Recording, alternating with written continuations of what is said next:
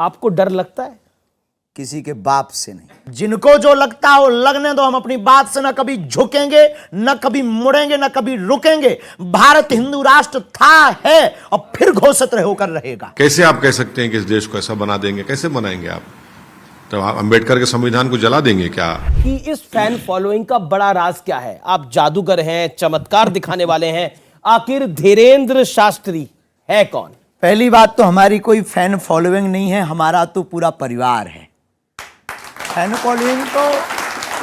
Following तो उनकी होती है जो सेलिब्रिटी होते हैं। I am not celebrity. हम तो केवल एक साधारण मानव सनातन का झंडा लेकर चलने वाले एक साधक हैं। हमारी कोई फैन फॉलोइंग नहीं, हमारा परिवार है। हमें गर्व है कितना बड़ा परिवार है। धीरेंद्र शास्त्री एक साधारण इंसान है, जैसे आप हैं वैसे हम हैं।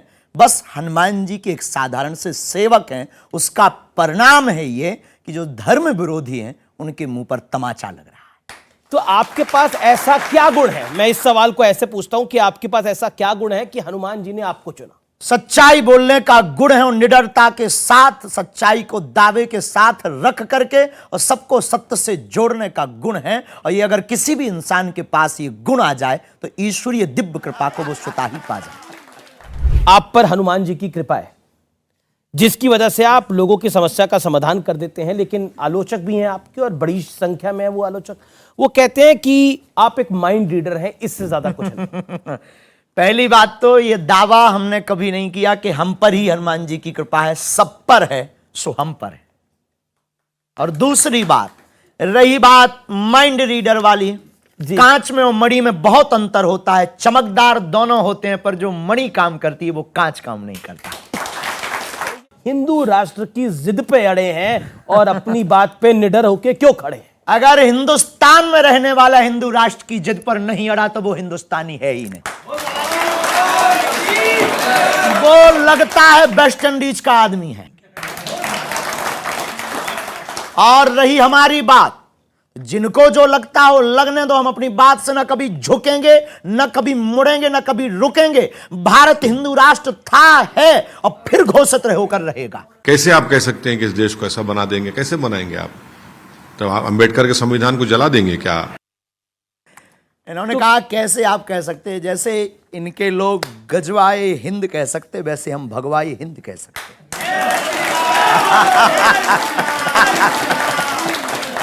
बागेश्वर धाम में आप रहते हैं धीरेंद्र शास्त्री, आपको डर लगता है? किसी के बाप से नहीं। तो कभी डर नहीं लगता कि देखिए अब आपका डरे किसके बाप से? हमने ना तो किसी के बाप के बैल छोड़े हैं, ना किसी के मकान पर कब्जा किया, ना हमने जमीनें छोड़ाई, ना किसी से दान लिया। तो किसके बाप से डरें? हम बांटने बैठे हैं तो सिर्फ हनुमान जी से डरते हैं, पाप से डरते हैं। हमारे द्वारा कोई ऐसा कृत्य ना हो जाए जिससे धर्म को नीचे देखना पड़े, इससे डर लगता है।